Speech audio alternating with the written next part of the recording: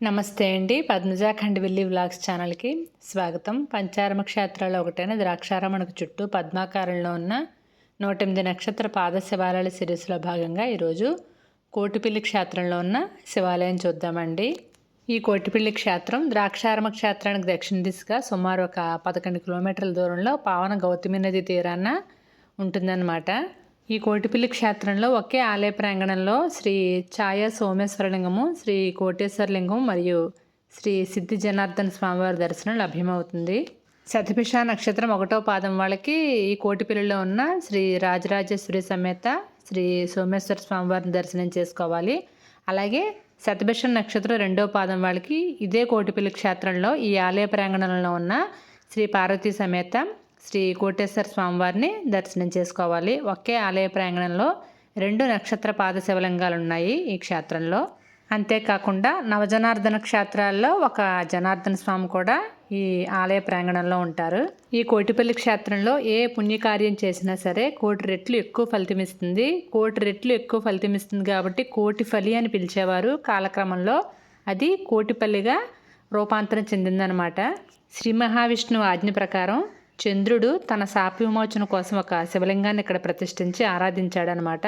ఆ శివలింగమే ఛాయా సోమేశ్వరలింగంగా పిలువబడుతోంది.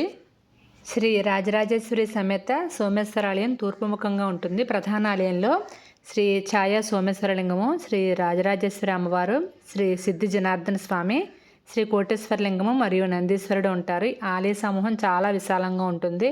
ఆలయ ప్రాంగణం చాలా బాగుంటుందండి. ఆలయ ప్రాంగణంలో నవగ్రహాలు, శ్రీ చంద్రమౌళేశ్వర స్వామి, ఆది శంకరాచార్యులు, కాలభైరవ స్వామి, పార్వతీదేవి, మృత్యుంజయమూర్తిని కూడా మనం దర్శించుకోవచ్చు. ఆలయ ప్రవేశ ద్వారము, ఆలయ శిఖరము, ధ్వజస్తంభం మాత్రం ఒకటే ఉంటుంది. ఆలయ శిఖరం పైన పూర్ణ కలశం ఉంటుందన్నమాట. ఉత్సవాలు కూడా శివకేశవులు కలిసి ఒకటిగానే ఉంటాయి. మహాశివరాత్రికి చాలా వైభవంగా ఉత్సవాలు జరుగుతూ ఉంటాయి. వైశాఖ శుద్ధ ద్వాదశి రోజున ఇక్కడ ఆలయ పుష్కరంలో ఒకే వేదికపై తెప్పోత్సవం నిర్వహిస్తూ ఉంటారు.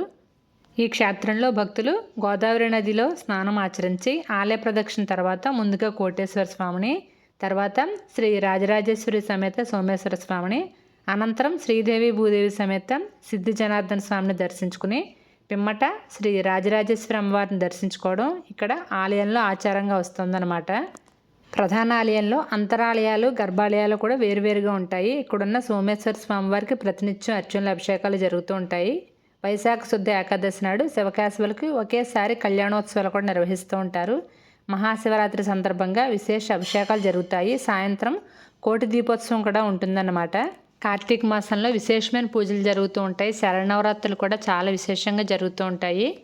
శతభిష నక్షత్రం 1వ పాదం వాళ్ళు ఈ కోటిపల్లి క్షేత్రంలో ఉన్న శ్రీ రాజరాజేశ్వరి సమేత శ్రీ సోమేశ్వర స్వామివారిని దర్శనం చేసుకున్న తర్వాత శతభిష నక్షత్రం 1వ పాదం కుంభరాశికి సంబంధించిన పాదం కాబట్టి కుంభరాశికి సంబంధించిన కుందాలం చెరువులో ఉన్న శ్రీ బాలత్రిపుర సుందరి సమేత మార్కండేయ స్వామివారిని దర్శనం చేసుకుని తర్వాత ద్రాక్షారామంలో ఉన్న శ్రీ భీమేశ్వర స్వామివారిని దర్శనం చేసుకుంటే వాళ్ళకి గ్రహశాంతి జరుగుతుందని చెప్తూ ఉంటారండి.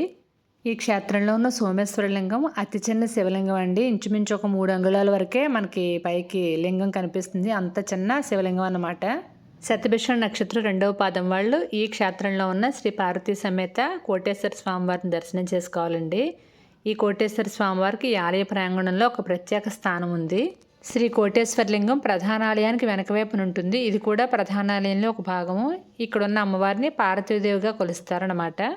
శతభిష నక్షత్రం 2వ పాదం జాతకులు ఈ కోటేశ్వర స్వామివారిని దర్శనం చేసుకున్న తర్వాత శతభిష నక్షత్రం 2వ పాదం కుంభరాశికి సంబంధించిన పాదం కాబట్టి కుంభరాశికి సంబంధించిన ద్రాక్షారామానికి ఒక 7 కిలోమీటర్ల దూరంలో ఉన్న కొందాలం చివర క్షేత్రంలో ఉన్న స్వామిని దర్శనం చేసుకుని తర్వాత ద్రాక్షారామ క్షేత్రంలో ఉన్న శ్రీ భీమేశ్వర స్వామివారిని దర్శనం చేసుకుంటే వీరికి సమస్త గ్రహశాంతి జరుగుతుందని కూడా చెప్తూ ఉంటారు.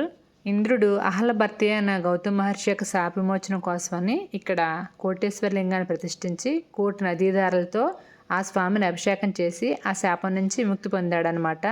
ఆ లింగమే శ్రీ కోటేశ్వర లింగంగా ప్రసిద్ధి చెందింది. ఇప్పుడు మీరు చూస్తున్నది శ్రీ కోటేశ్వర లింగం అండి. ఈ లింగం ఎప్పుడు ఇలా నీళ్ళలో మునిగే ఉంటుంది. పక్కనే మనం పార్వతీ అమ్మవారిని కూడా దర్శనం చేసుకోవచ్చు. కోటిపల్లి మేము చాలాసార్లు వెళ్ళామండి. కానీ నక్షత్రపాద శివాలయాలు ఈ ఆలయంలో ఉన్నట్టు అసలు మాకు తెలీదు. ఒకే ఆలయంలో 2 నక్షత్ర శివలింగాలు ఇక్కడ ఉన్నాయన్నమాట. ఇది అష్టసోమేశ్వర ఆలయాల్లో కూడా ఒకటి కోటిపల్లి క్షేత్రం.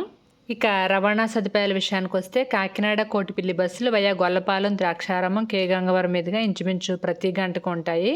కాకినాడ నుంచి ద్రాక్షారామానికి ఆటోలు కూడా ఉంటాయి. ద్రాక్షారామం నుంచి కోటిపల్లికి కూడా ఆటోలు ఉంటాయి. మీరు ఈ రూట్లు ఫాలో అయ్యి కూడా కోటిపల్లి చేరుకోవచ్చు. అలాగే రాజమండ్రి నుంచి కూడా కోటిపల్లి బస్సులు వయా రామచంద్రపురం, ద్రాక్షారామం, కే గంగవరం మీదుగా ప్రతి గంటకు ఉంటాయి. వీడియో నచ్చితే తప్పకుండా లైక్ చేయండి. అలాగే చాలామందికి ఉపయోగపడే చాలా మంచి వీడియోస్ అండి ఇవి. తప్పకుండా ఇన్ఫర్మేషన్ వీలైనంత ఎక్కువ మందికి షేర్ చేస్తూ ఉండండి. రేపు మళ్ళీ మరో వీడియోలో కలుసుకుందాం. నమస్తే.